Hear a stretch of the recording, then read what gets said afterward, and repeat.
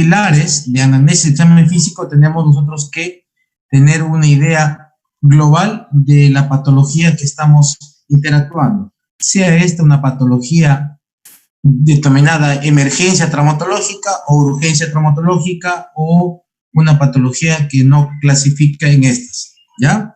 Entonces, es trascendente los objetivos. Primero, precisar el diagnóstico clínico primordialmente. Ese es el énfasis, ¿no?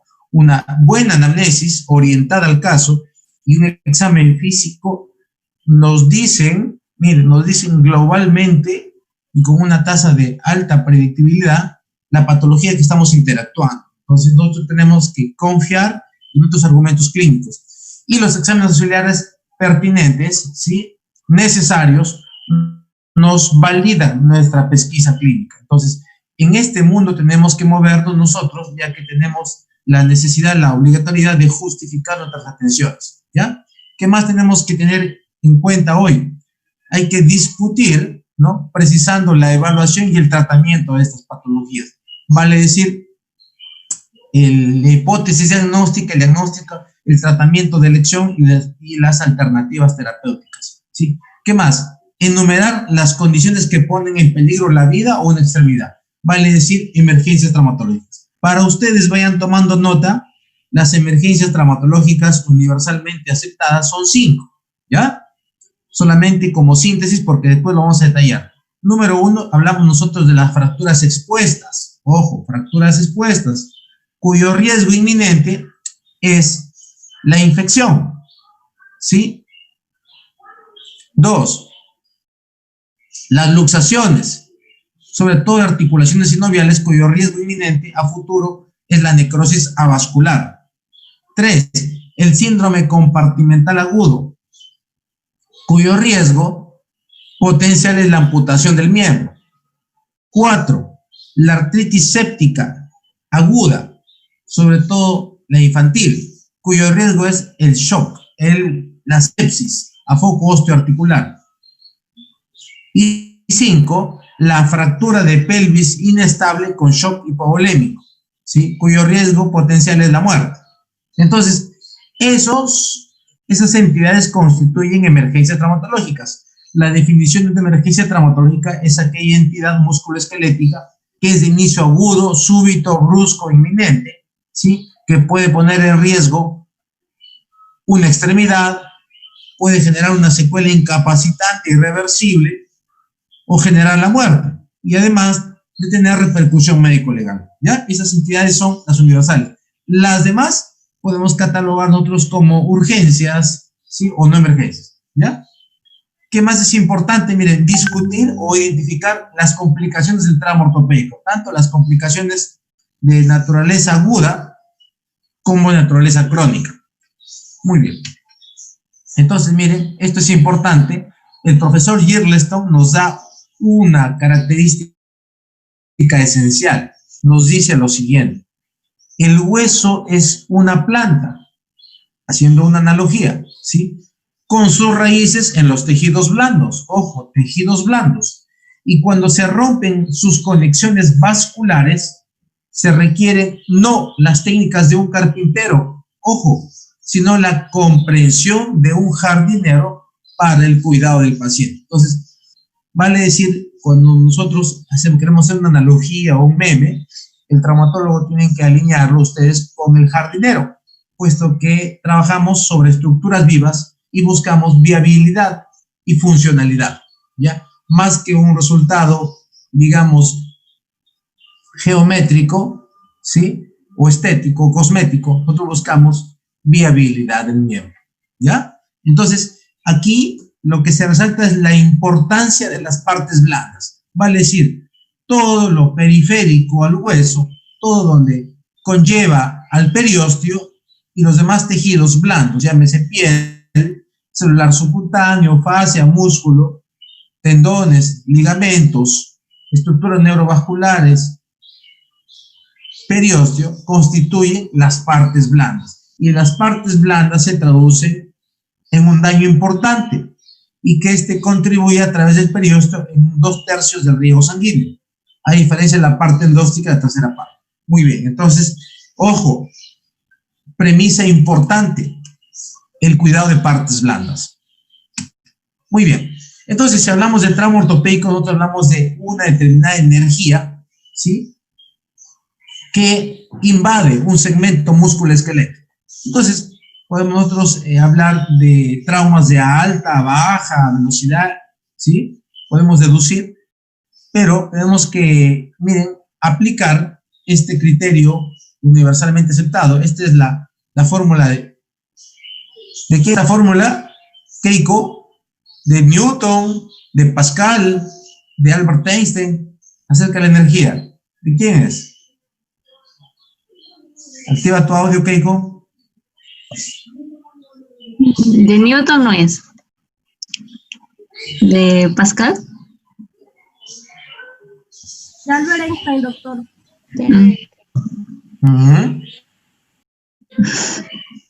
¿O es de Vizcarra?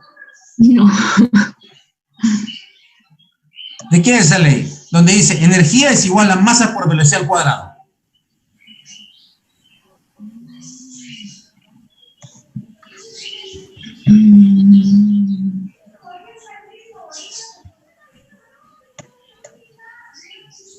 A ver.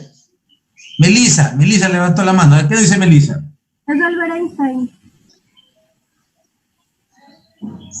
No te escucho bien, Melissa. A ver. Es de Albert Einstein, doctor. Albert Einstein. Ya, el profesor Albert Einstein. Muy bien. Entonces, dentro de esa fórmula, lo que queremos nosotros es llegar a que en el trauma ortopédico se produce por una determinada, miren, cantidad o espectro de energía que absorbe un segmento músculo-esquelético, ¿no? Para que se produzca desde una contusión, ¿sí?, un esguince, una fractura, una luxación o la combinación de estos. Entonces, Melissa, según la fórmula, ¿cuál es constante? Para obtener la energía que absorbe un segmento o la energía que se disipa, ¿cuál es constante? ¿La masa o la velocidad? La constante es la masa. ¿Segura? ¿La masa? A ver, levanten la mano los que dicen que la masa es constante.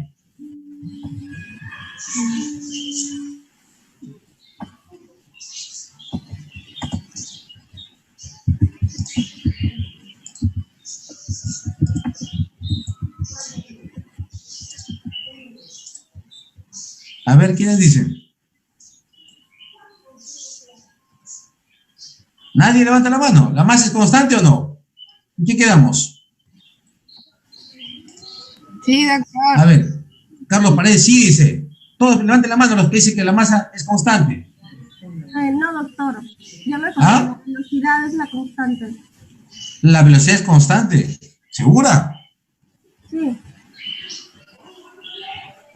¿Qué dice Carlos Paredes? La masa, doctor. ¿La masa es constante? Sí.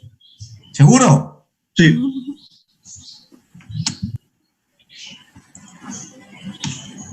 ¿Dónde dice que la masa es constante?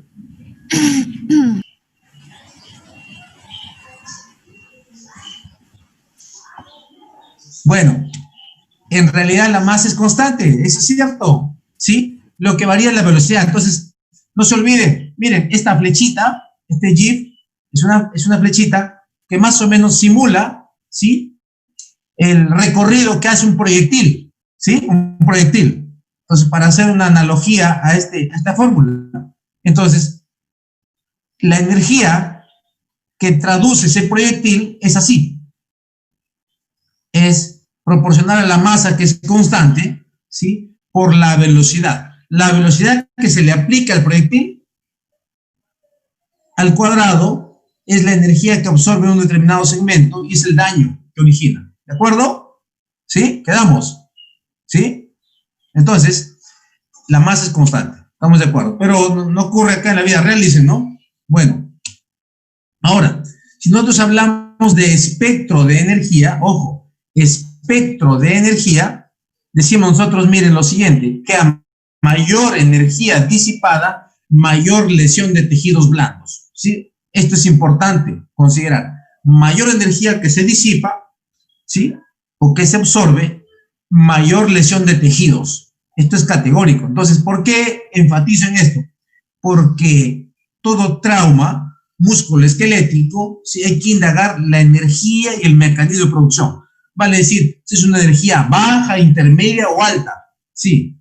Y si que es un trauma directo o indirecto. Si es directo, por ejemplo, un trauma en cizalla, o por aplastamiento, o por arma de fuego, por ejemplo. Si es indirecto, por torsión, por transmisión, etcétera. ¿De acuerdo? ¿Sí? Ahora, el trauma, ¿sí?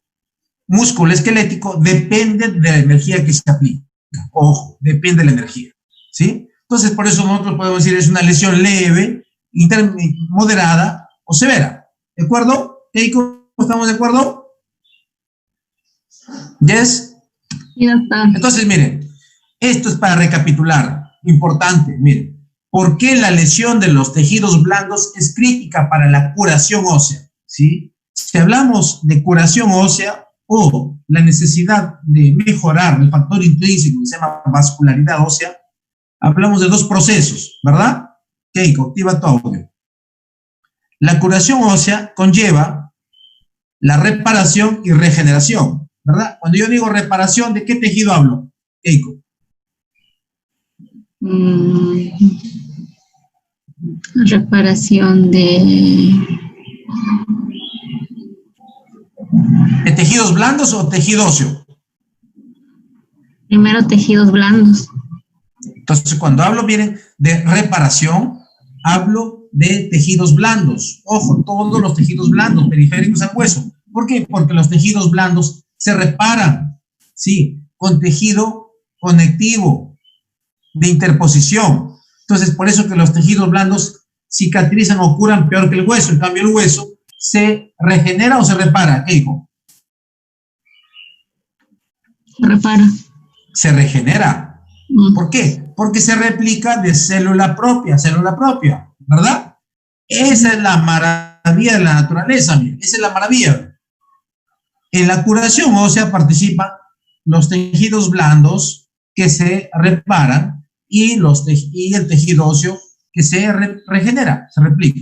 Entonces, la perfusión ósea de un hueso largo, ¿sí? Está dada por la arteria medular en un 33% o tejido endóstico. Y por los tejidos blandos, vascularización perióstica, miren, la mayor proporción, 66%. Y sobre todo, este daño a corregir o a mejorar es dependiente de nosotros, o sea, de lo que se llamaríamos la inmovilización, ¿verdad? O el método de tratamiento. Por eso es importante considerar estado de partes blandas, ¿ya?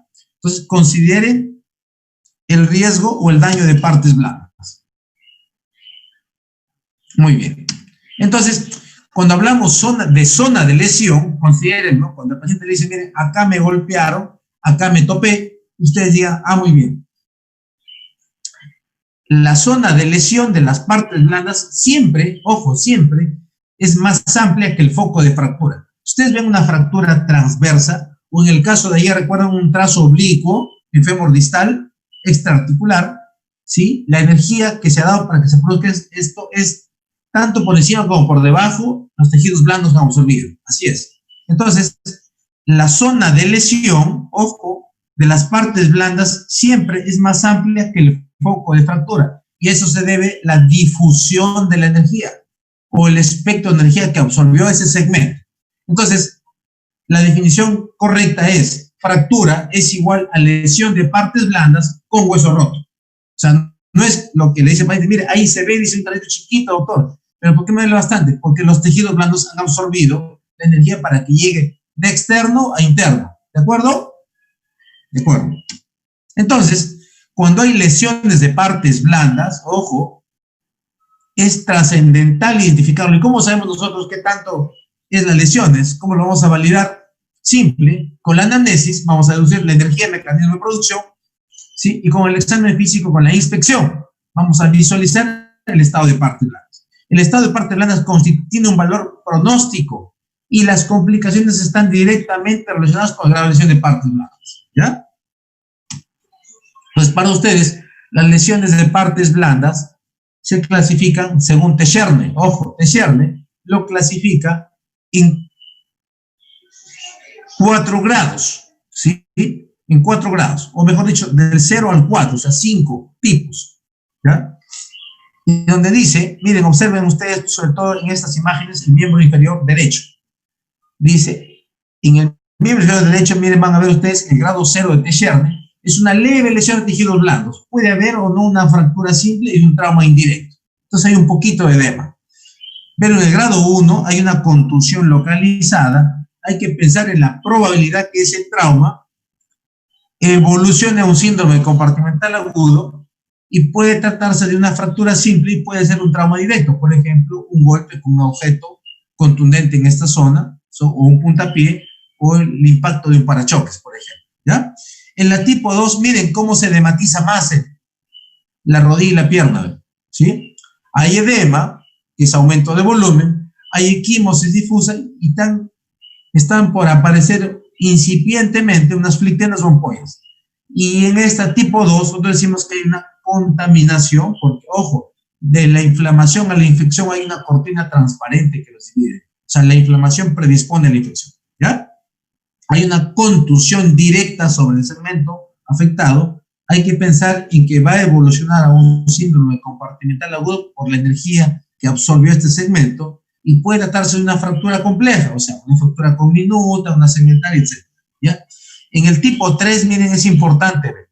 En el tipo 3, la energía que ha absorbido ese segmento es muy importante, es alta. Es más, ya ha debutado con flictenas, con ampollas, donde definitivamente hay una contusión moderada de las partes blandas con una contaminación moderada, ¿sí? Porque ya se perdió el equilibrio en cuanto al mecanismo defensivo, homeostático, de las partes blandas. Hay un despegamiento, ¿sí? O desguantamiento, y el síndrome compartimental es inminente. Aquí ya lo han tratado, ya le han puesto un fijador externo como inmovilización, al menos, para no hacer más daño. Y la tipo 4 ya es una erosión profunda. Aún así es una lesión cerrada, ¿sí? Donde hay que descartar que hay signos inminentes de síndrome compartimental. Es una fractura compleja, el mecanismo directo, y por ejemplo, en este caso se trata de una lesión vascular, sí, que merita reconstrucción. Esto es importante considerar. Por ejemplo, ¿qué tipo de lesiones? Un trauma pélvico de alta energía, con una lesión vascular importante. ¿Qué más? Una luxación femorotibial con lesión de la arteria poplítea, por ejemplo, ¿ya? Entonces, esta triada que voy a presentar es muy importante para considerar nuestra realidad problemática y nuestras opiniones, por ejemplo, acerca de la evidencia científica que está validada. Entonces, la toma de decisiones en ortopedia y traumatología obedece una triada. Miren, tenemos el paciente en el ápice como el recurso humano valioso, ¿sí? El equipo quirúrgico en otro ápice que es el recurso humano valioso, ¿sí? Poseedor de competencias actitudinales, cognitivas y psicomotrices, o sea, somos todos nosotros que interactuamos con el paciente. Y en el otro ápice está el implante, ¿sí? O la logística que se requiere. Entonces, cuando interactúan estos tres elementos, nosotros hablamos de que según la realidad problemática, nosotros vamos a interactuar en este mundo. Vale decir, un paciente bien estudiado con una adecuada historia clínica, con un equipo quirúrgico competente, con un implante ideal para este caso, se va a resolver de forma correcta, ¿sí? Cualquier variable que esté en error va a interferir el proceso. ¿Está claro? Miriam, ¿está claro? Yes. Entonces, esto es importante. Ayer hablamos, y hoy lo vamos a enfatizar un poco más, sobre que el factor intrínseco se llama vascularidad ósea, globalmente, y el factor extrínseco se llama estabilidad, ¿sí? Estabilidad se llama, globalmente. Y hablamos nosotros de dos tipos de estabilidad, absoluta y relativa. Y hablamos que la absoluta aplica sobre todo para fracturas de trazo articular, ojo, de trazo articular, en las cuales se requiere reducción abierta más fijación interna, con placa y tornillos, preferentemente. Eso le da estabilidad absoluta, y la estabilidad relativa aplica para fracturas extraarticulares, ¿sí? Hablamos de áfisis, metáfisis, y así sean multifragmentarias, pero extraarticulares, ¿de acuerdo? Entonces, la estabilidad relativa tiene sus ejemplos. Miren, tenemos estos son ejemplos de una fractura de fémur compleja, ¿sí? Donde se ha estabilizado por un clavo intramedular, como en el caso de la paciente, ¿no? Pero en este caso, el ejemplo, la didáctica es que el clavo intramedular le da estabilidad relativa, sin manipular el foco de fractura. También es un método de estabilidad relativa el empleo de una placa puente, ¿sí? Una placa puente que hablamos ayer, ¿de acuerdo? Quiere decir que una placa va a insertar y va a puentear el foco de fractura sin manipular el foco de fractura. Vale decir, una incisión proximal y una incisión distal al foco de fractura. Se llama placa tipo puente, que se emplea en las cirugías mínimamente invasivas con placa y tornillos, ¿sí?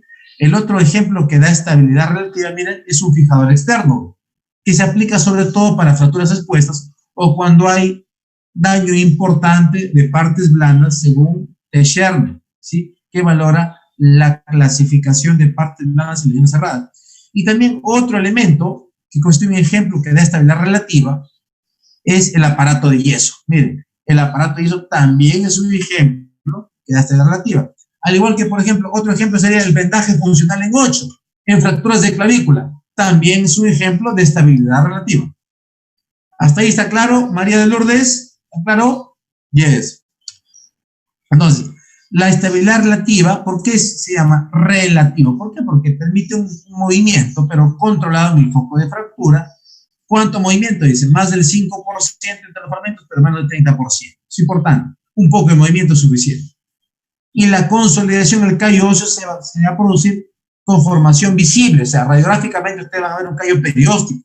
En todos los métodos que dan estabilidad relativa, el callo es perióstico, redundante. ¿Por qué? Porque hay movilidad, ¿sí?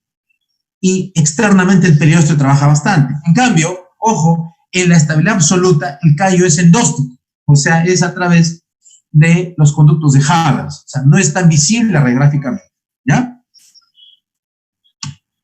Ahora, ¿qué permite la estabilidad relativa? Dice, ¿qué permite? ¿O qué se requiere? ¿No? Que se conserve la vascularización con cualquier método de estabilidad, ¿sí?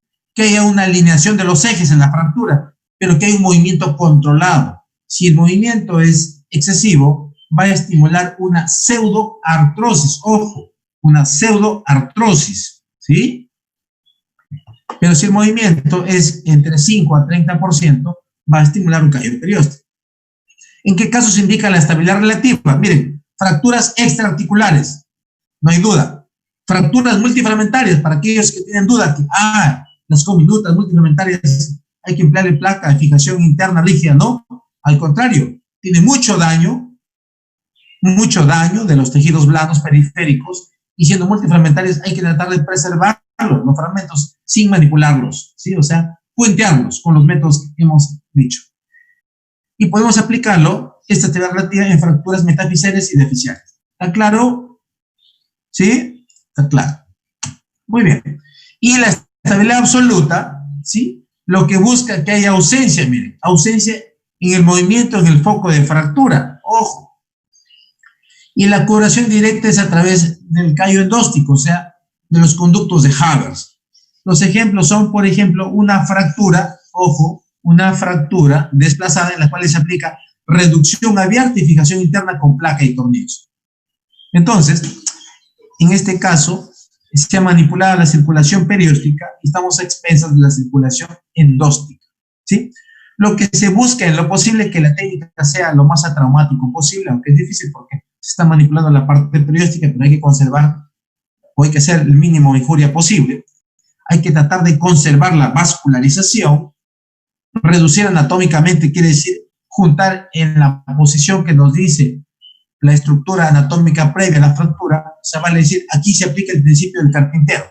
Buscamos que reduzca, que sintetice, ¿sí? Reducir en traumatología es volver a la anatomía previa. Entonces, si hacemos una cirugía abierta, hay que volver a la posición anatómica, ¿sí? Y dicen, bueno, compresión interfragmentaria aplica que por lo menos hagamos que los fragmentos se unan entre sí, y en este caso, miren, los tornillos que ven acá han unido los fragmentos y lo están comprimiendo de tal manera que producen una estabilidad absoluta.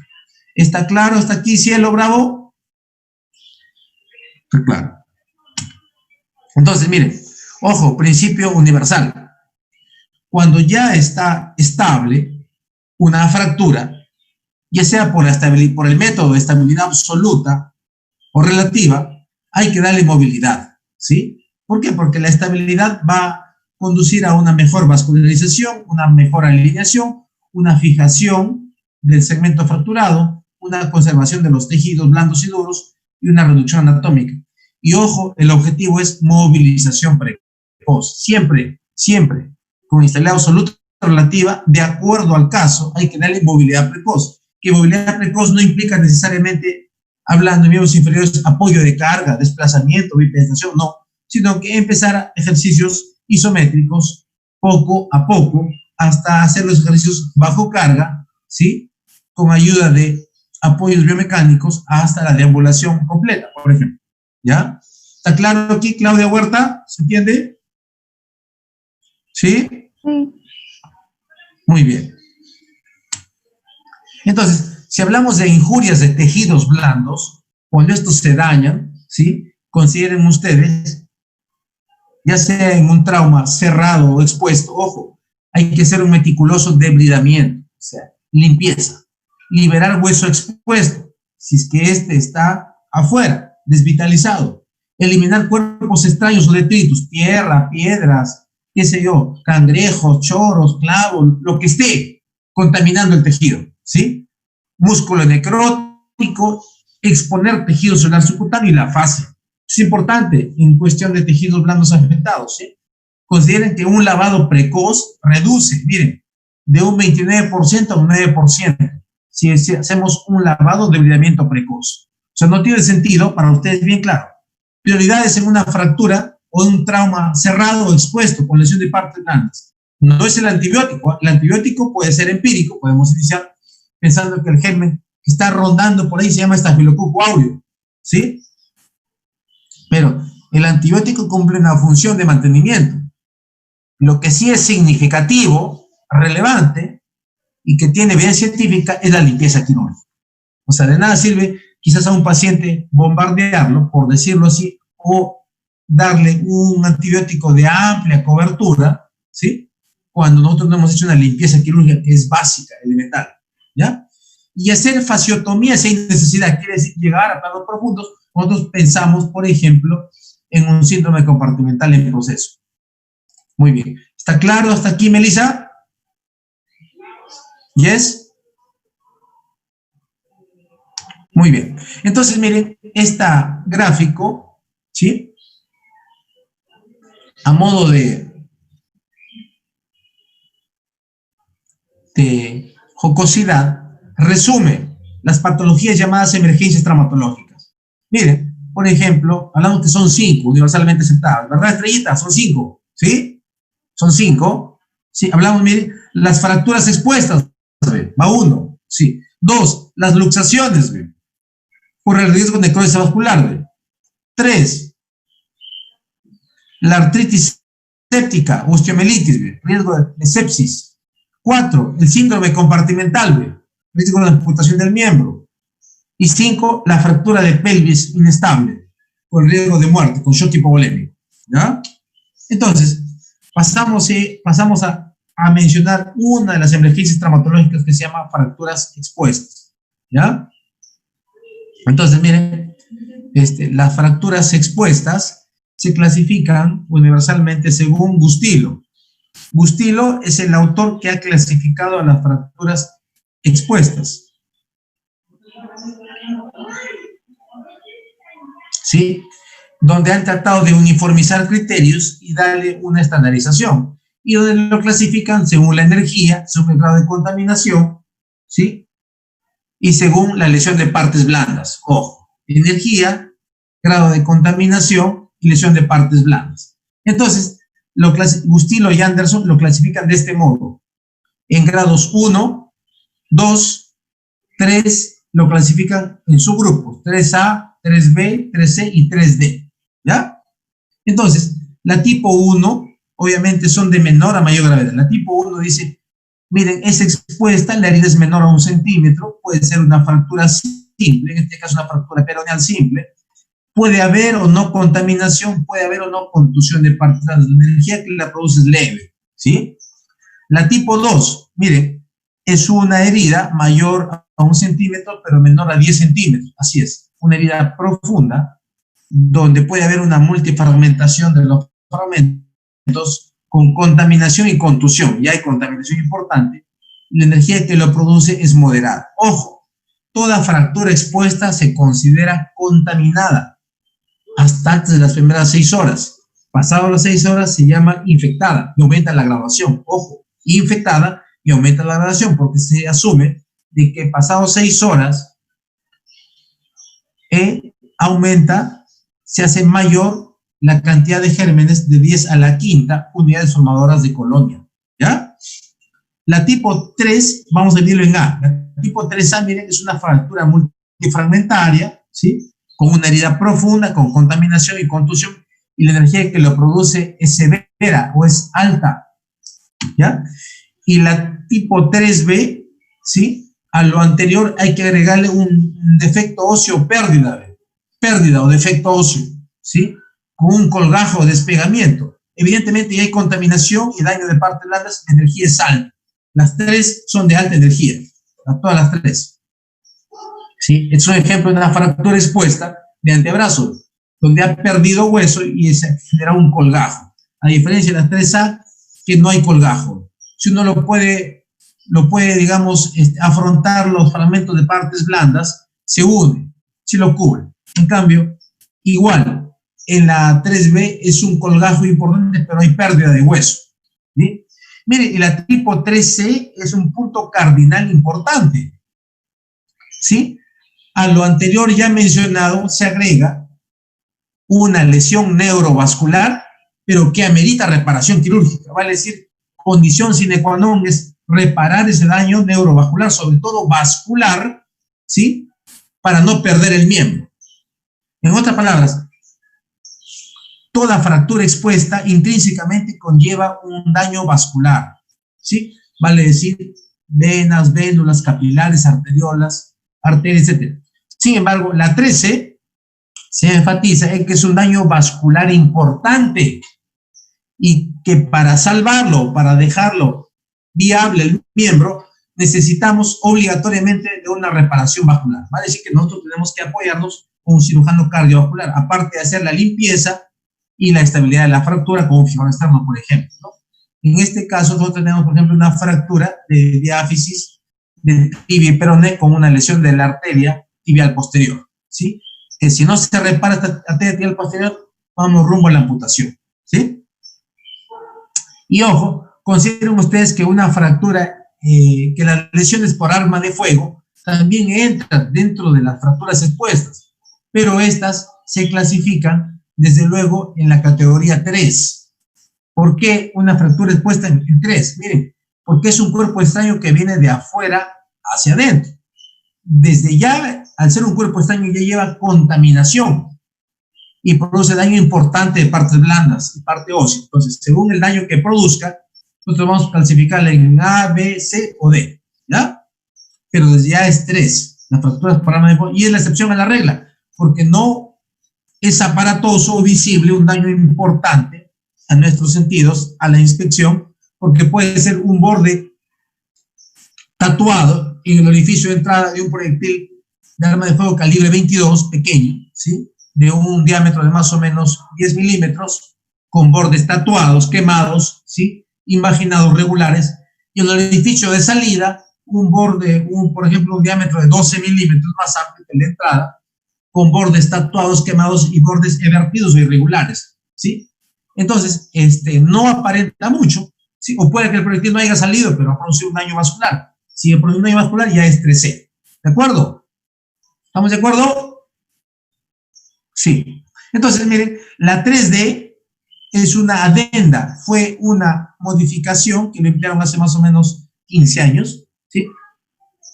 Donde desde ya es lo anterior, es una 13, evidentemente, pero se acompaña desde ya, miren, de una amputación parcial o total.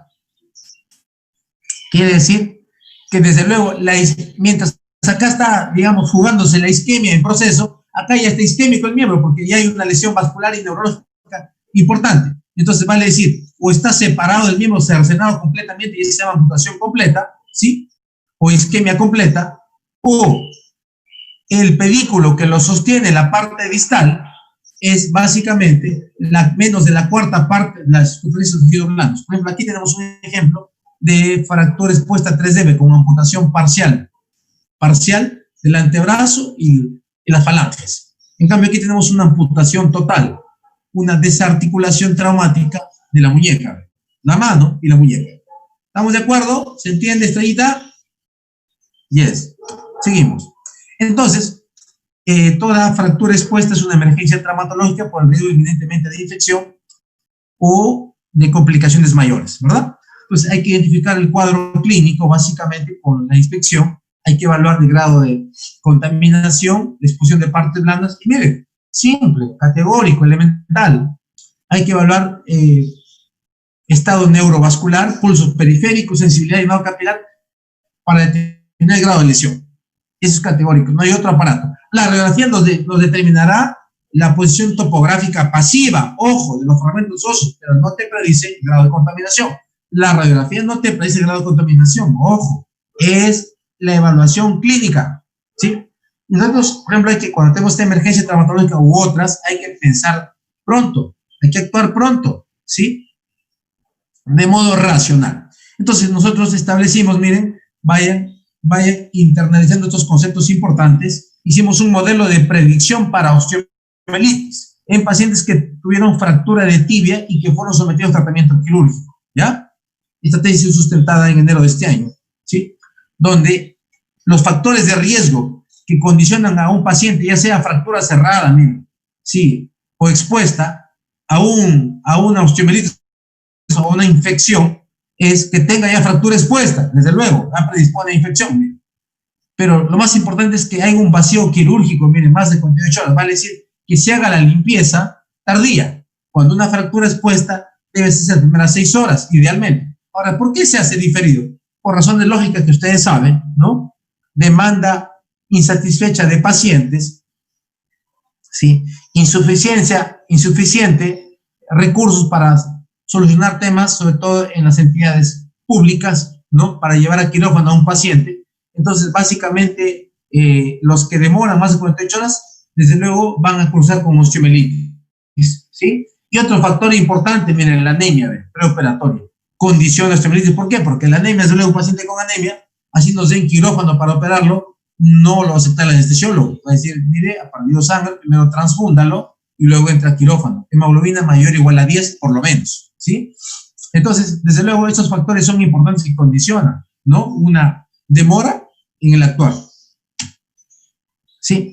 Ahora, ¿cómo es el manejo de fracturas expuestas? Les dije, ¿no? El debridamiento es clave. Miren, dentro de las premisas elementales está debridarlo como lo más importante, o sea, hacer una limpieza quirúrgica. ¿Para qué? Para que con ella evitar la infección. Y los antibióticos sí funcionan, tampoco es complemento, son los dos necesarios, pero prioridad es lavarlo. No tiene mucho justificación, salvo que nuestra conciencia esté cochina, como les digo siempre, de bombardearlo al paciente con antibióticos de amplio espectro y de marca, ¿sí? Y no lavarlo, no tiene sentido, ¿sí? Es como tener un segmento musculoesquelético afectado, y nosotros por encima de y está contaminado, sucio, por encima de nosotros le ponemos flores, colonias, olores, y debajo están los temblores, ¿verdad? Así es, Carlos. Arriba flores y abajo. No sé. ¿No sabes? Eso lo cantan en Yo Carnavalón. Arriba flores y abajo temblores, dice. ¿Ya? Haciendo alusión, en este caso, en fracturas expuestas, a hacer, digamos, un maquillaje de la lesión, ¿no? Como si yo le pongo gasa, le pongo una buena venda, lo cubro todo, ¿sí? Pero no lo hago limpieza quirúrgica y le doy antibiótico de amplio espectro. Por ejemplo, vancomicina, imipenencia, elastatina, entre otros, ¿no? No tiene sentido. La clave es limpieza quirúrgica. El lavar de modo precoz te reduce el riesgo de infección y de momento también iniciar la cobertura de parte blanda, hueso expuesto, mal pronóstico, ¿sí? También al tiempo que lavamos hay que darle estabilidad, básicamente estabilidad relativa, ¿sí? No hay que injuriar más con implantes que van a producir mayor daño y van a aumentar el riesgo de infección. Para luego hacer rehabilitación. Y algunos pacientes requieren tratamiento seriado, sobre todo con las fracturas que cursan con mal pronóstico o cursan con infección. o son de categoría 3B, 3C, ¿no? Tratamientos seriados, limpiezas quirúrgicas, correcciones, amputaciones o injertos, etc. ¿Sí? ¿Qué es importante? Debridar y irrigar. Quiere decir, quita tejido sucio y lava. Eso en otras palabras. Consideren que la fuerza mecánica de arrastre del agua, ¿sí?, es lo que nos elimina los detritos. En ese sentido, no hay consenso en el volumen. Puede decir que, por ejemplo, podemos decir que Estrellita, la doctora Estrellita, ha lavado una fractura expuesta de tibia con 20 litros de suero. Ah, caramba, dice que buena la doctora, 20 litros, hay que ponerle nota 20. Sin embargo, por ejemplo, la doctora Cielo Bravo dice, yo he lavado con 5. Pero la doctora Estrellita ha llamado a su personal y lo han echado así, ve, como manguera, lo han echado así, ve, como si echaran agua para carnaval, Carlos, así, ve, del suero, ¿sí? En cambio, Cielo Bravo tiene una clínica más pituca, ¿me entienden? Ha empleado una pistola neumática, así, ve, a presión positiva. Entonces, en eso radica en el método, no en el volumen. Sin embargo, nuestra realidad problemática, nosotros no tenemos la pistola neumática a presión positiva, tenemos que decirle a los técnicos que nos ayuden abriendo los frascos y manualmente irrigarlo, ¿de acuerdo? ¿Ya? Entonces, el lavado pulsátil a alta presión es mejor que los sistemas de succión e irrigación y que la irrigación con jeringa. Miren, acá ni siquiera consideran el lavado manual, ni siquiera consideran, porque es contaminante, desde luego. ¿Consideran antibióticos? Sí, pero ¿qué antibióticos? El tiempo y cuáles, ¿no? Entonces, por ejemplo, en los grados 1, 2 y hasta 3A se puede empezar con una cefalosporina de primera generación. Y los grados 3B y 3C hay que asociarlo con un aminoglucósido o penicilina, ¿sí? ¿Está claro hasta ahí?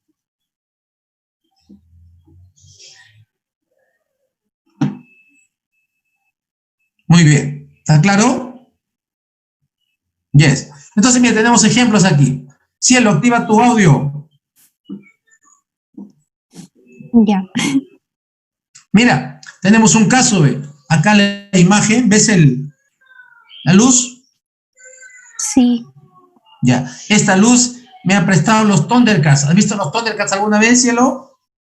claro, Munra. Exacto. Ya. Los Thundercats, mira, los Thundercats me ha prestado Leono esta luz, ve. Me ha dicho para que haga mi clase. Entonces, en este caso te voy a redactar, ya, a manera de COE, entrenamiento. ¿De acuerdo, Cielo? Ya, doctor. Ya. Decimos que es un paciente de 25 años que sufre lesión por arma de fuego en el brazo izquierdo o húmero izquierdo, ¿sí? Al examen, dolor e impotencia funcional, pulsos periféricos, movilidad distal, llenado capilar conservado. Muy bien. Responda usted. 1. Diagnóstico.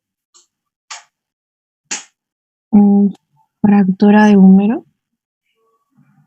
¿Ya? Diagnóstico con una clasificación validada. Quiere decir, ponle una clasificación, englóbala. ¿Cuál es tu diagnóstico? Pregunta 1, diagnóstico. Entonces vas a hacer la lectura de la radiografía y puede ser un diagnóstico según el segmento. Por ejemplo, te voy ayudando. Según el segmento es una fractura de húmero.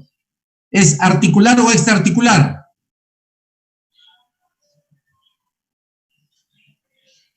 Mm, A ver, Extraarticular. con fe, pues, cielito, no me hables así con duda. A ver, Carlos, suponte que, Dígame, doctor. supongamos que tú te vas a declarar a Cielo, y le pides que te acepte como su enamorada. Le dices, Cielo, ¿me aceptas como tu enamorado? Y Cielo te dice, a ver, te dice así.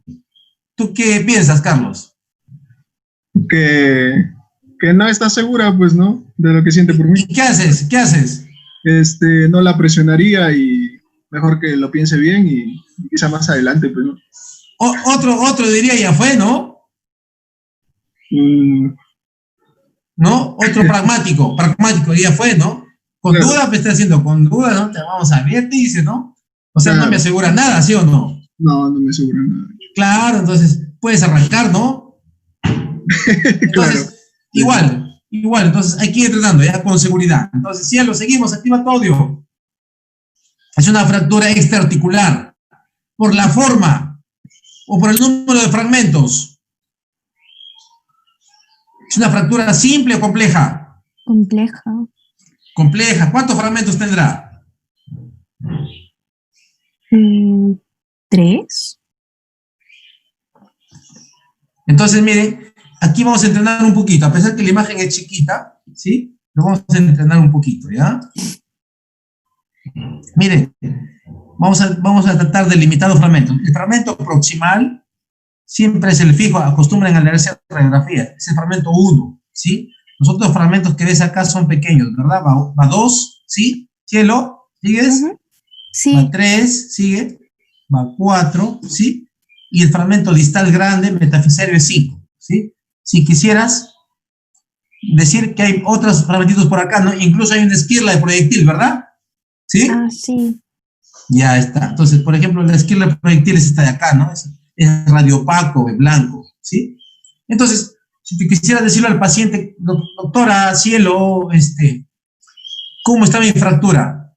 Tú le dices, está con minuta, no te va a entender, ¿verdad? ¿Cómo? ¿Sopa la minuta? Te va a decir, no, está multifragmentaria. ¿Cómo así? Varios pedacitos. Ah, entonces yo, miren, he aprendido esto, ¿no? Los pacientes les digo así, ¿ven? ¿Tú conoces el Ajinomoto? ¿Qué me van a decir? ¿Que sí o que no, cielo? Que sí. El Ajinomoto es como hueso molido, ¿verdad? Le digo, sí, me dice, así está tu hueso. Ah, ya, doctor. Así, entonces, la familia que viene, sobre todo que son de bajo nivel cultural, los hago entender, está molido como Ajinomoto.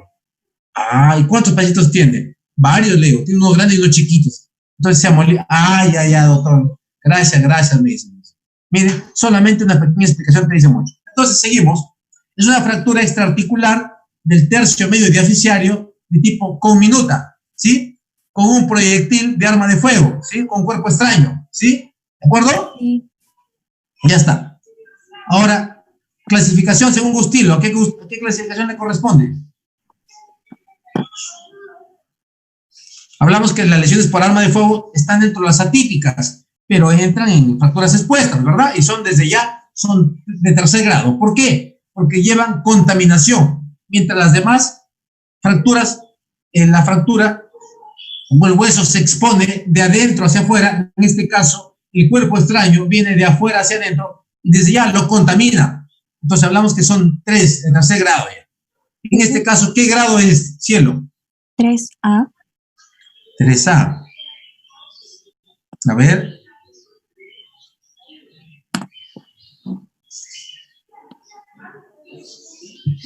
¿Qué dice? 3A. ¿Estás de acuerdo, Carlos Paredes?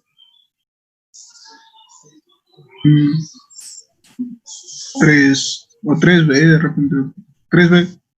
¿No? Por la contaminación, por el daño de partes blandas, ¿no? Pero los pulsos están presentes. O sea, 3C no es, ¿verdad? 3C no es. No. 3D menos. Entonces está entre la 3A y la 3B. ¿Qué quedamos?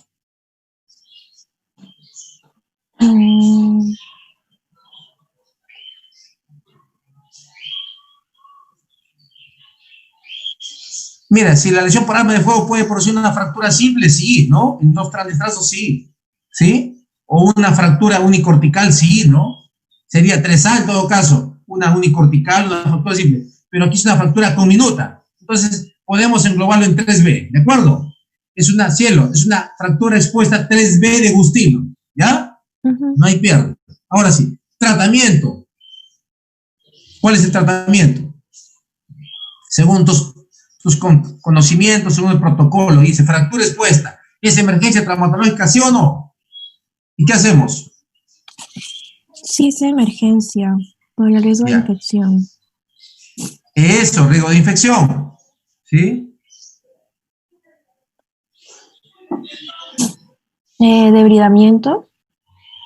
No dudes, Chilito, no dudes. No dudes, tienes que ser categórica.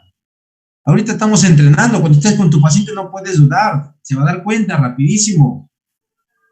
Acá, bueno, estamos en entrenamiento, pero ya te dijo Carlos que si se te declara y tú le dices, a ver, le dices, mejor arranca. Ya, entonces, es una fractura expuesta 3B Y usted dice, doctor, pero no sea sordo, le estoy diciendo que primero hay que limpiarlo. Claro, pues, obvio, ¿no? Hay que llevarlo al quirófano al paciente, hay que hacerlo lavado, pero en este caso, en lo posible hay que mantener la parte perióstica, hay que evitar desvitalizarlo, ¿verdad? Porque es multifragmentaria. ¿Te acuerdas que la estabilidad relativa aplica para fracturas multifragmentarias, verdad o falso? ¿Verdad? ¿Verdad? Entonces, mira, vamos a retroceder un toque, solamente por razones didácticas. Mire, el fijador externo se aplica, ¿sí? Como un método importante, ¿ve? Y sobre todo en fracturas, miren, aquí está la estabilidad relativa para fracturas, ¿qué dice acá? Multifragmentario. Y son extraarticulares, ¿verdad? Sí. Y ahí está. Entonces, un buen método sería el fijador externo, ¿verdad? ¿Sí? ¿Para qué? Mira, esto, cielo, para conservar la vascularidad, no hacerlo más daño. O sea, no queremos nosotros volverlo anatómico los fragmentos, unirlos tal cual las piezas del rompecabezas, o tal cual haría el carpintero sobre alguna estructura desarmada. No, queremos nosotros emplear la filosofía del jardinero, ¿verdad? Que se preserve la circulación y que suelde, ¿verdad? Entonces, la fijación externa es la propuesta. O sea, si ustedes en su examen, por ejemplo, dicen fractura expuesta de cualquier grado, tratamiento, fijador externo, y no hay pierde, ¿eh? No hay pierde. Entonces, el fijador externo, miren, es un método que da estabilidad relativa, ¿de acuerdo, cielo? Sí. Y miren, le vamos a colocar un fijador externo, ¿ven? Un fijador externo. Entonces vamos a ver a Juanito.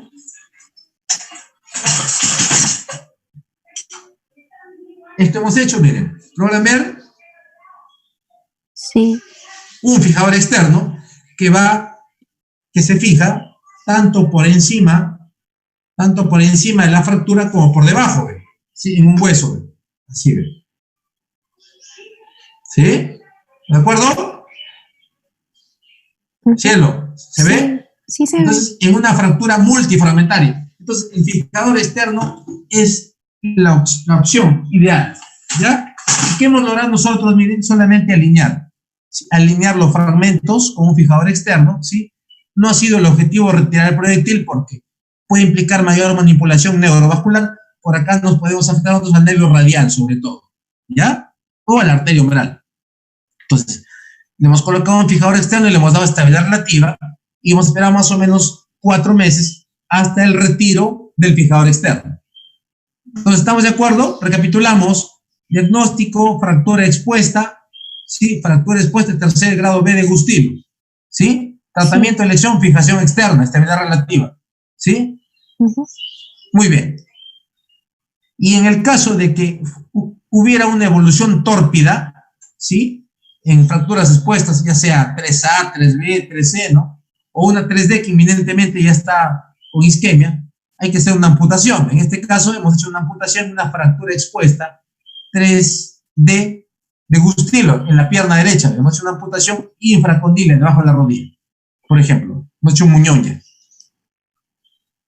Muy bien. ¿Hasta aquí alguna pregunta? ¿Está claro? Julio, ¿alguna pregunta? ¿El proyectil lo dejan ahí? Dime. ¿El proyectil se queda ahí?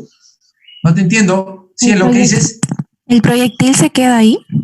En realidad no es, ojo, muy buena pregunta. En realidad no justifica hacer muchos esfuerzos para retirar el proyectil. El objetivo es que consolide o retenemos el proyectil, cielo.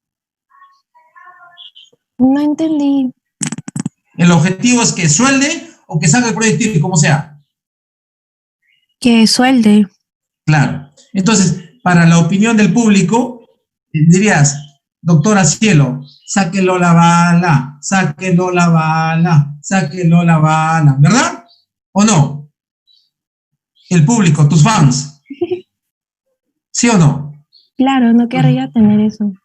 Tú le dirías, si es que está superficialmente, podemos retirar el proyectil. Caso contrario, es iatrogénico intentar sacar un proyectil para que en la foto radiográfica se vea afuera, puesto que hay riesgo de lesión neurovascular circundante en esa zona. Entonces, es así el concepto, ¿va? El concepto médico es, si el proyectil lo puede retirar sin hacer más injuria, hazlo. Si no, no hagas más porque vas a desvitalizarlo, más los tejidos blandos. Respeta los tejidos blandos y serás feliz, ¿entiendes? Trátalo a la fractura como si fueran los pétalos de una rosa y curará. Saca los pétalos y verás lo que pasa. Se va a complicar, ¿ya? Entonces, ahí radica la esencia de un tratamiento exitoso, ¿sí? En base a principios, no en base a formas, porque por la forma dirían, ¿qué? ¿Va a quedar el proyectil ahí? Te dirían, no, cielo, ¿quién lo va a dejar ahí? Si se puede, se retira, si no, no es importante, no te consolide. Entonces, cuando uno le habla al paciente, entiende, ¿por qué? Porque dice, me está hablando la voz mayor, la voz del doctor o la doctora que me va a operar. Ya me dijo, el proyectil es probable que se pueda sacar o no, no voy a influir, ¿sí? Entonces, eso tienen que tener ustedes claro, porque en este mundo de hoy, los pacientes creen tener el poder del conocimiento a través del celular y del internet y del Google, y van a decir, doctora, mejor sáquelo la proyectil porque el proyectil camina, doctora, ¿verdad? Te van a decir así, ¿no?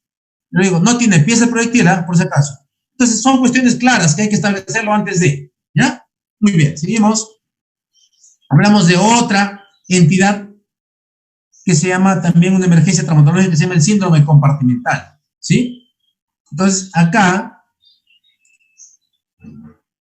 va a activar su audio en todo lo que es el síndrome compartimental su compañera Claudia Huerta.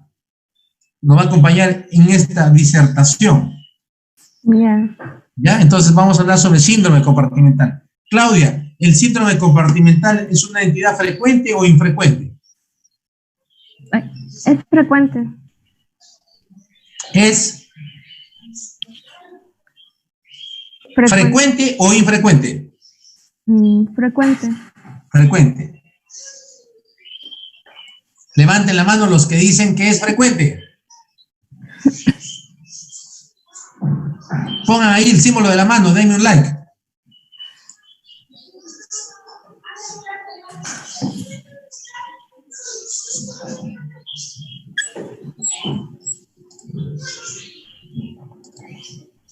Muy bien. Entonces seguimos. Claudia, entonces miren, vamos a llegar a deducir a esto. El síndrome compartimental es una emergencia traumatológica, ¿sí? Cuya fisiopatología incluye un aumento de presión dentro del compartimento. Entonces imagínense ustedes que tenemos un trauma, miren, un trauma importante de alta energía y que puede ser una lesión por aplastamiento en la diáfisis tercio medio de la pierna, ¿sí? En la tibia, aquí ven. Un trauma importante, una lesión por aplastamiento. Ha caído el chasis del tico sobre la pierna del mecánico que estaba arreglando, ¿ya? Entonces, se va a producir un aumento de la presión intracompartimental. Va a decir, los compartimentos miofaciales contienen a estructuras vasculonerviosas, ¿verdad, Claudia? Activa todo y vamos a interactuar contigo. Estamos en línea. Recuerda que este webinar está externalizado, está en el Caribe, las Bahamas, ¿ya? Está por el Triángulo de las Bermudas, entonces nos están escuchando también en otros idiomas, ¿ok? Ya. Entonces se va a producir un aumento de la presión intracompartimental, que puede ser porque aumenta el volumen del compartimento, ojo, quiere decir que por fuera hay una presión importante, ¿sí? O porque disminuye el volumen del compartimento. Miren, o sea, puede producir una lesión vascular que se haya roto la arteria tibial en un trauma cerrado, ¿sí? O que externamente esté mucho edmatizado y esto lo comprima. Entonces, para que tengas una idea, lo que aumentaría la presión, el volumen del compartimento sería una lesión vascular intrínseca, ¿sí? Como una laceración en un trauma cerrado. Y lo que disminuiría el volumen del compartimento, por ejemplo, sería un yeso cerrado a presión, ¿ya? Ya está. Entonces, lo que se traduce finalmente en que la presión del compartimento está aumentado. Y esto va a disminuir la presión capilar, va a producir isquemia muscular y nerviosa y progresivamente. Miren, aquí hay una línea, ¿ve? Una línea roja, que es una línea que te dice que clínicamente hay que identificarlo a esta patología, ¿sí? Desde el punto de vista clínico para ver cómo evoluciona, ¿sí? Entonces, justamente hay que evitar que progrese. Entonces, luego de la isquemia va a venir la necrosis muscular, la fibrosis y la contractura. Y miren, al mismo tiempo, la isquemia nerviosa va a cursar con necrosis nerviosa que se va a traducir progresivamente desde parestesias a anestesia, y de paresia a parálisis, y finalmente, ¿recuerdas que hablamos ayer? ¿Sí? La famosa contractura isquémica de Goldman, ¿sí? Donde hay isquemia secuelar, ¿sí? Muy bien. ¿Hasta aquí está claro, Claudia? Sí, doctor. Entonces, miren, mira tú acá, que el gusanito lo pique al señor, es un evento frecuente o infrecuente que se puede dar.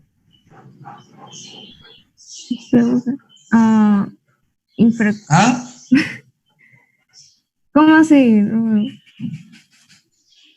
Que ese evento en la vida se dé, ¿será frecuente o infrecuente? Infrecuente. Claro, así es el síndrome compartimental. Ojo, así va a ser. Así es. ¿Ya? Así es el síndrome compartimental. Es infrecuente, dentro de sus características es infrecuente, es subdiagnosticado, subestimado, porque no se ve, no aparenta. ¿Ya? Pero cuando se da, produce daño importante. Entonces, dentro de la etiología hay factores que disminuyen el tamaño del compartimento que te dije, ¿sí? La compresión externa, un yeso apretado, un pantalón antichoque, un vendaje circunferencial, unas escaras. Miren, el cierre de defectos faciales quirúrgico, cuando se hace un cierre, muy atención, entre otros. Y hay factores que aumentan el contenido del compartimento, o sea, que lo hacen que se presione y aumente el volumen. Por ejemplo, en un trauma, en una fractura, una lesión vascular, y otros menos frecuentes, ¿ya? Entonces, una lesión vascular que aumenta el contenido del compartimento, y una presión por un aparato externo, que se llama una compresión externa con un yeso ajustado, que puede producir disminución de tamaño del compartimento y causar el síndrome compartimental, ¿ya? Entonces, miren, les decía que el abordaje clínico es lo más importante, y esto es cierto, puesto que dentro de los criterios diagnósticos, o los parámetros diagnósticos, los síntomas y signos, se hablan de las 6 P's, ojo, las 6 P's del síndrome compartimental. Y hay una fase preisquémica, que está acá, lo que está a mi izquierda, estas 3 columnas, y una fase posisquémica que se da. Mire, el primer signo en aparecer se llama parestesia, es el primer síntoma, adormecimiento, hormigueo en la zona. El otro signo que aparece es el dolor al movimiento pasivo, vale decir, si en la pierna del paciente, mira Claudio, en la pierna del paciente yo movilizo pasivamente el pie, hago flexión, extensión, y esto produce un dolor desproporcionado para lo que debería darse. Simplemente en otro caso, ese signo es cardinal o es diagnóstico. El dolor al movimiento pasivo, ojo, no es un dolor porque lo palpo, ¿sí? No es un dolor porque la gente lo mueve, es un dolor porque yo lo manipulo, ¿sí? Y ese dolor, cuando es desproporcionado, se dice, este signo cardinal es un dolor severo, ¿sí? Este dolor me predice que hay un síndrome compartimental, ¿sí? Y la otra medida que sería objetiva, pero no es viable, no es realizable, es el aumento de la presión y medirlo, ¿no? Pero clínicamente, ¿cómo sabemos que está aumentando la presión? Porque el compartimento está tenso y caliente, la piel está tensa y brillante, así es, ¿sí? O sea, hay un edema importante. ¿Y eso cómo lo hacemos? Lo comparamos con el lado contralateral. Entonces decimos que la presión intracompartimental directa es mayor a 30 milímetros de mercurio, ¿sí? Pero nosotros en la práctica, en nuestra vida real, no tenemos el compartimentómetro, así de simple. Entonces tenemos que considerar nuestros aspectos clínicos, ¿verdad? Sin embargo, si esto progresa, vamos a encontrar signos tardíos, las otras 3 P's, que son la palidez o cianosis. Miren, es signo tardío, piel fría y acartonada, y llenado capilar mayor a 3 segundos. Este va a cursar más tarde con parálisis, ¿sí? Donde hay una respuesta negativa o ausente a un estímulo neurológico directo, a un pinchazo, por ejemplo. Y finalmente los pulsos periféricos no se van a palpar, ni siquiera con el Doppler. Entonces ya hablamos de signos tardíos, ¿ya? Entonces, ¿cuál es el objetivo? Identificar clínicamente en un paciente, tenemos sospecha, sobre todo en la fase preisquémica, con estos 3 signos, y decidir, antes que progrese a los signos tardíos. Decidir, ¿sí?, implica salvataje el miembro, en otras palabras. ¿Hasta aquí alguna pregunta, Claudia? ¿Está claro? Sí, sí, doctor. Muy bien. Entonces, la medición de la presión intercompartimental es un parámetro que no es pragmático. Nosotros no tenemos el compartimentómetro, ¿no? Pero sí es útil utilizarlo en pacientes inconscientes, anestesiados, ¿no? Y evidentemente ellos no te van a dar información. Un paciente inconsciente, anestesiado, un drogadicto, un niño, no te puede dar mucha información. Sería útil en ellos, pero el diagnóstico clínico no ha sido sustituido por la medida de la presión intercompartimental. O sea, el diagnóstico es eminentemente clínico. Recordar que una de las características del síndrome compartimental es que produce o genera repercusión médico-legal, puesto que la mayoría puede pasar subdiagnosticado, es subestimado, porque es infrecuente, porque no es tan aparatoso, ¿sí? Pero sí hay evidencia científica que el diagnóstico clínico es relevante, ¿sí? Muy bien. ¿Y qué hacer? Tenemos, por ejemplo, acá un caso de una fractura cerrada, miren, cerrada, pero con lesión de partes blandas importantes, un T-Sharp de grado 4, ¿sí? En un paciente, un T-Sharp de grado 3 con flitenas, ampollas difusas, que tiene un trauma de alta energía, miren, una fractura de fémur distal y de tibia proximal, que se llama rodilla flotante, porque es ipsilateral. Y evidentemente ha cursado con el cuadro clínico, parestesias, dolor al movimiento pasivo y aumento de la volumen y presión intercompartimental. ¿Qué hemos hecho? Una fasciotomía descompresiva. ¿Qué es la fasciotomía? Son incisiones generosas, amplias, longitudinales, en el trayecto del paquete vasculonervioso. El objetivo es descomprimir la tensión, ¿sí? Y hacer lo siguiente. Una incisión amplia, liberar la fascia, llegar al músculo, y miren, se observa músculo pálido, ¿sí? Isquémico, ¿sí? Y este músculo hay que eliminarlo, hasta nosotros encontrar por lo menos un poco de sangrado, ojo, sangrado, y que esté viable, vale decir, un bistec a lo pobre, crudo, algo así, ¿verdad? Algo así, a un bistec bien cocido. Entonces, para determinar hasta qué punto hacer la fasciotomía, nosotros empleamos los criterios de Scully, que son las 4C. Vale decir, que tenga un color rojizo, ¿sí? Que el músculo sea contráctil, que tenga consistencia muscular el músculo, o sea, que no esté friable, ¿sí? Y que haya un sangrado capilar, por lo menos.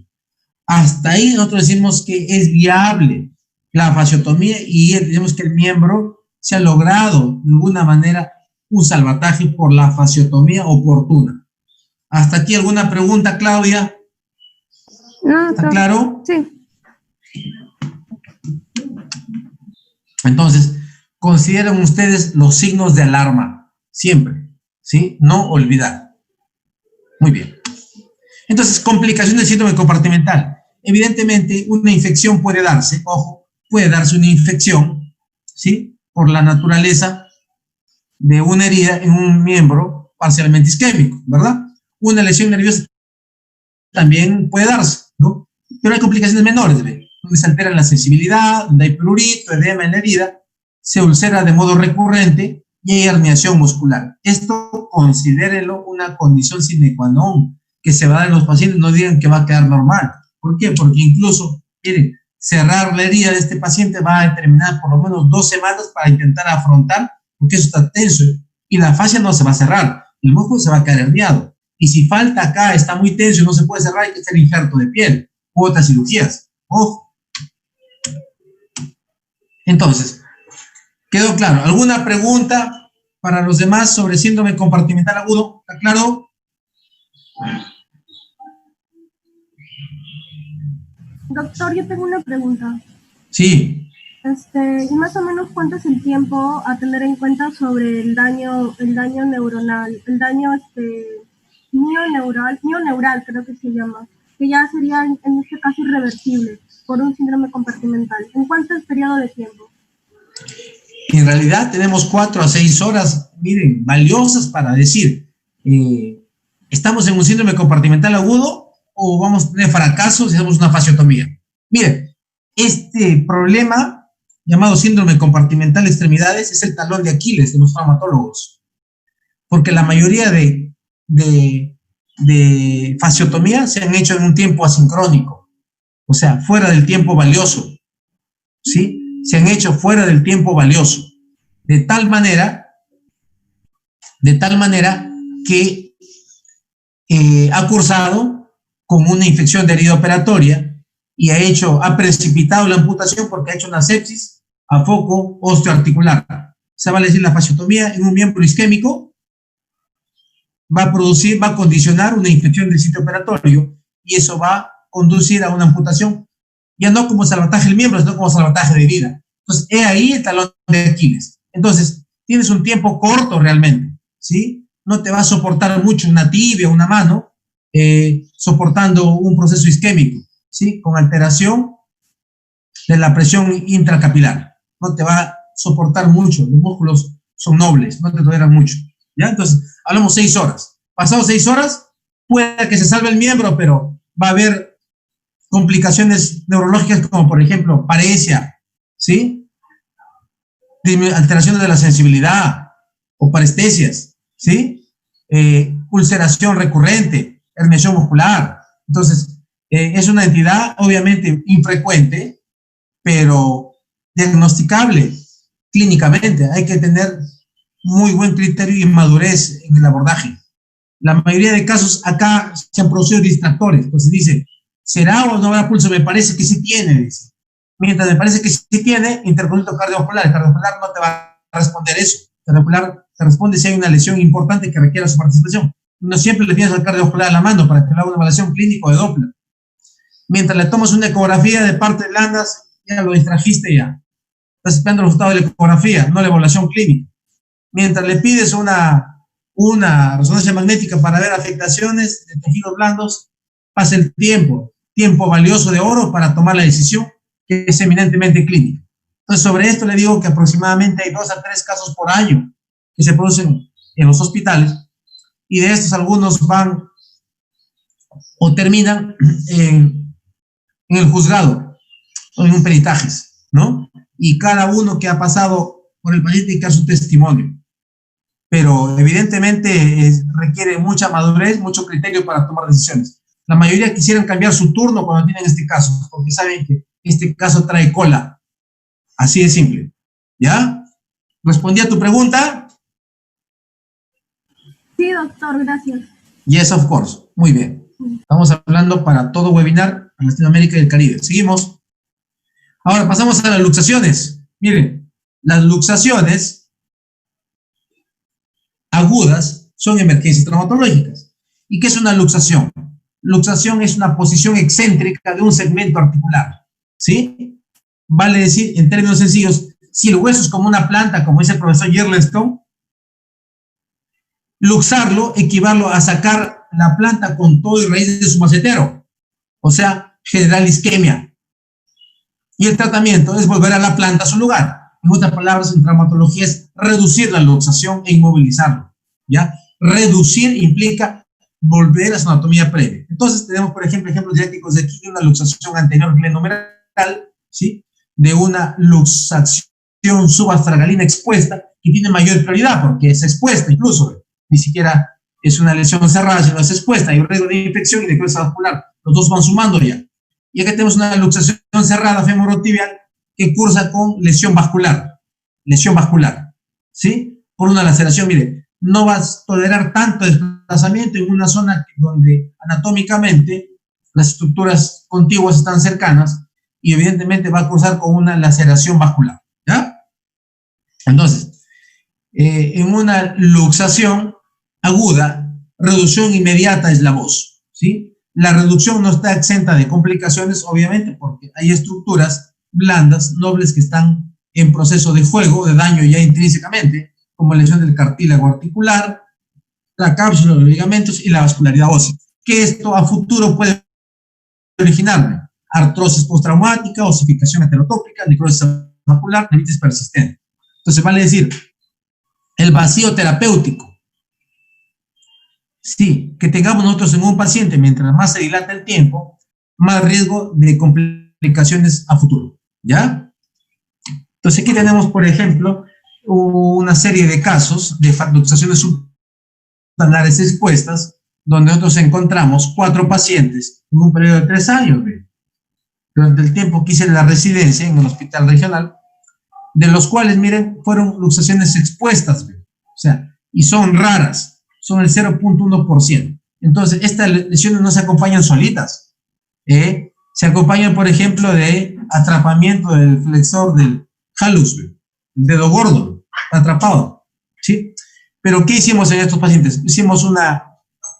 En quirófano hicimos la reducción abierta, la limpieza quirúrgica, más una reducción, y lo estabilizamos con un alambrecillo, ¿ve?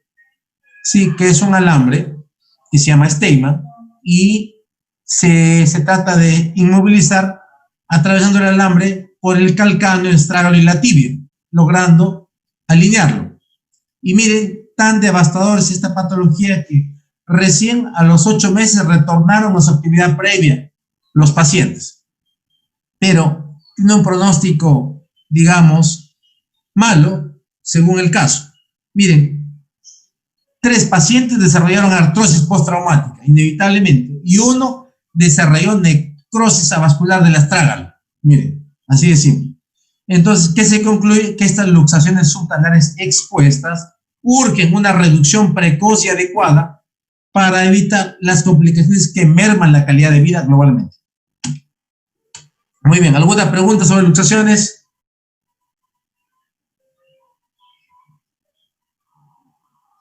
¿Está claro?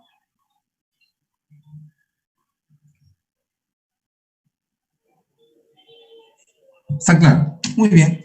Ahora pasamos a la otra patología considerada emergencia traumatológica, es la fractura de pelvis inestable. Miren, hasta aquí estamos tratando 4 entidades, ¿sí? Que son emergencias traumatológicas y cuyo mecanismo de acción es trauma, el trauma ortopédico. La otra emergencia es de índole de etiología infecciosa, lo vamos a tratar en otro capítulo, ¿sí? Mejor dicho, mañana, ¿ya? La fractura de pelvis inestable, ¿sí? Se llama así porque anatómicamente, ¿sí? Quiero que ustedes internalicen estos conceptos y miren acá. Nuestro amigo Juanito es el colaborador eficaz. Miren, la pelvis es una estructura compleja, si queremos decirlo desde el punto de vista neurovascular y visceral, ¿sí? Miren, ahí solamente he esquematizado, ¿sí? Las estructuras neurovasculares femorales del lado derecho. Y miren, las estructuras neurovasculares de la parte posterior, ¿sí? Sin considerar la vejiga, ¿sí? Y otras estructuras importantes. Entonces, la pelvis está formada por 3 huesos, miren. El sacro, ¿sí? El sacro, el ilíaco y la zona coxal. ¿Sí? Anatómicamente tenemos nosotros un anillo pélvico anterior y un anillo pélvico posterior, ¿sí? Posterior, ¿sí? Entonces, estas estructuras se van a ver afectadas, ¿sí? Con traumas de alta energía. Ejemplos clásicos son accidentes de tránsito, alta velocidad, ¿sí? Traumas frontales, caídas de altura, lesiones por aplastamiento, ¿ya? Entonces, básicamente, la fractura de pelvis inestable casi no siempre es una entidad aislada. Quiere decir que justo el paciente se golpeó y solamente la pelvis, miren, solamente la pelvis lo afectó, y para cirugía general, abdomen no hay nada, para trauma, para cirugía torácica no hay nada, para neurocirugía no hay nada, para urología no hay nada. No, mayormente está asociado a otros órganos y sistemas vitales. Entonces, la fractura de pelvis inestable se llama así porque el trauma pélvico origina un sangrado importante, ilíaco venoso, sí, y que condiciona un hematoma retroperitoneal, y que esto origina shock hipovolémico y que se traduce como hipotensión sostenida. Entonces, urge la identificación dentro del contexto de un paciente que puede ser un politrauma, y politrauma se define al paciente que tiene 3 o más órganos y sistemas vitales afectados, y si hablamos de un modo operacional decimos que el score de severidad de la injuria es mayor a 17, si queremos darle una validación matemática, ¿ya? Entonces, en ese contexto vamos a ver a un paciente con trauma pélvico. Entonces, recapitulamos anatómicamente el sacro, el ilíaco, la sínfisis pubiana, el pubis, el isquio, ¿sí? Anillo pélvico anterior, anillo pélvico posterior, ¿ya? Entonces, mire, hablábamos en sí de una hemorragia pélvica y que el paciente puede estar en el contexto de un trauma multisistémico, o ser un politraumatizado. Mire, gracias a Dios, del 10 al 20% el sangrado es arterial, o sea, ramas pequeñas de la pelvis. Pero el 80-90% es venoso, el plexo sacro, perivesical y la fractura, ¿sí? Y una de las imágenes clásicas que van a ver ustedes se llaman las imágenes o las lesiones de pelvis en libro abierto, donde la sínfisis púbica se separa tal por un trauma anteroposterior, y donde hay una ruptura en la sínfisis púbica, y adicionalmente puede tener lesiones, por ejemplo, aquí no es tan evidente, pero clínicamente va a tener un dolor importante el paciente en la zona anterior y en la zona sacroiliaca derecha. Y aparte de esto, el paciente va a estar hipotenso, ¿sí?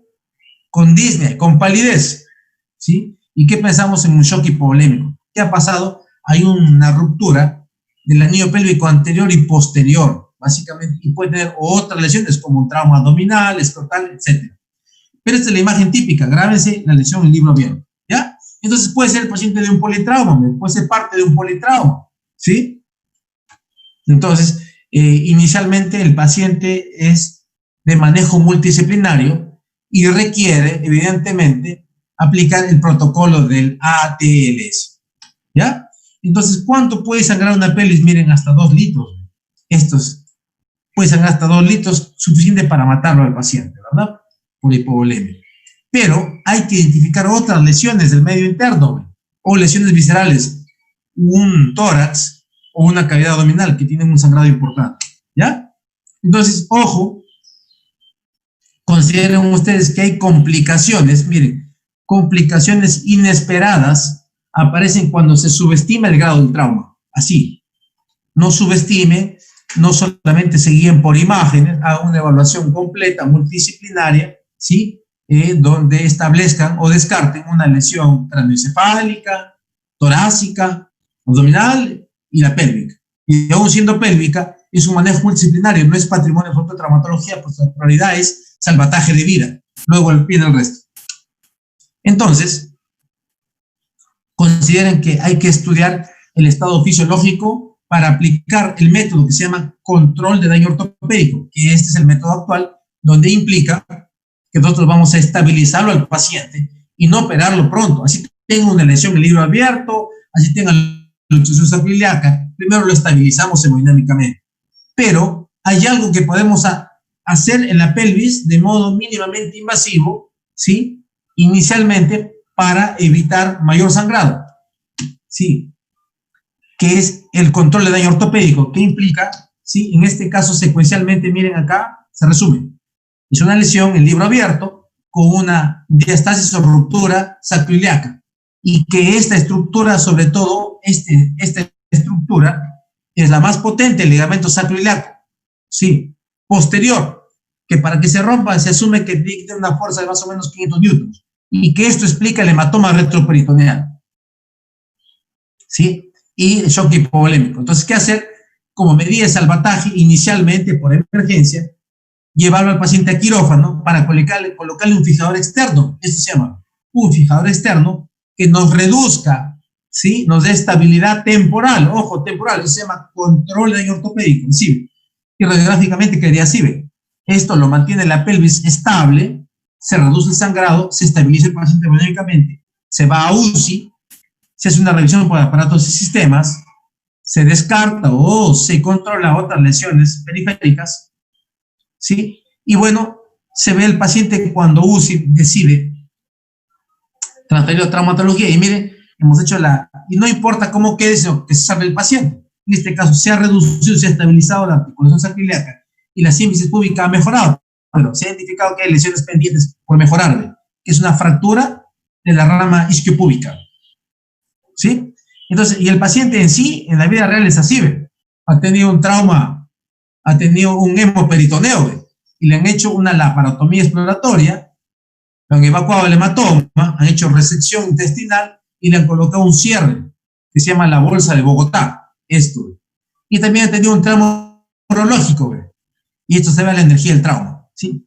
Para finalmente, una vez recuperados de las otras lesiones importantes, sí, han hecho un cierre de cavidad peritoneal, han establecido el alta por cirugía general, el alta por urología y traumatología entrado a tallar.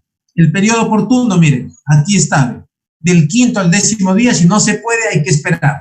Hay que esperar una cirugía reconstructiva en este periodo. Antes no, primeros días no. ¿Por qué? Para un periodo de hiperinflamación y hay inmunosupresión, hay que evitarlo, ¿sí?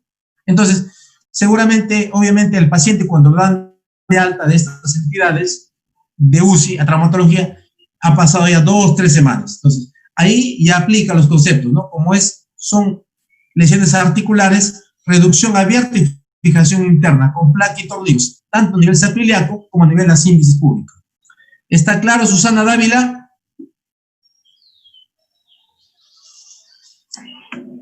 Y para concluir, acerca de enfermedades traumáticas, esto es importante.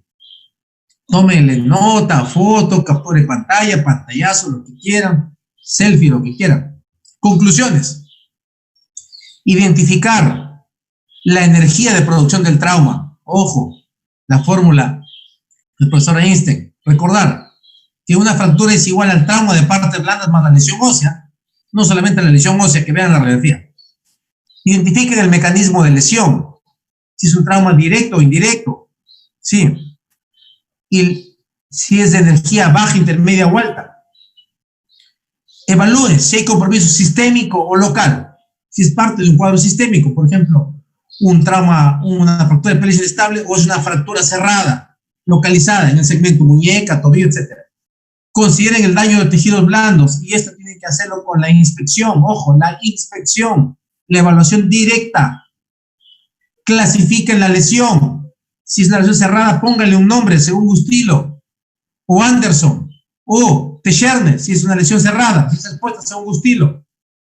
Recuerden que los tejidos blandos curan peor que el hueso, ya lo dijimos con Keiko, que los tejidos blandos curan por el fenómeno de reparación, mientras que el hueso por el fenómeno de regeneración. Pero el hueso es dependiente mayormente de los tejidos blandos por la parte perióstica. Y utilicen scores validados para clasificar una lesión y la evolución. Sí, sobre todo cuando hablan de factores pronósticos, como para salvataje de miembro o amputación. Sí, consideren que todo lo que hagamos tiene repercusión médico-legal, ojo, todo. Sí, hay que hacerlo bien. Y ojo, esto es importante, decidir, o sea, diagnosticar, identificar, ser prudente en cuanto a nuestro abordaje, es más importante que tener habilidad quirúrgica. Ejemplo, tenemos un paciente que radiográficamente tiene una fractura de tibia y peroné desplazada, ¿sí? O tibia y peroné estable, ojo, tibia o peroné estable.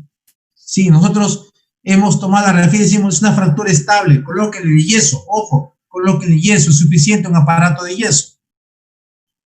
Pero no hemos indagado el estado de partes blandas o no hemos advertido al paciente, sí, que puede debutar con un síndrome compartimental. Y ahí el problema. O sea, podemos tener mucha habilidad tratando quirúrgicamente, en este caso, y con cualquier método, ya sea también conservador o quirúrgico, pero no hemos decidido el momento oportuno. Ojo, el momento oportuno es cuando las partes blandas están bien. ¿Ya? Muy bien. ¿Alguna pregunta hasta acá? Sofía. ¿Está claro? Yes. Entonces, vamos a dar compartir.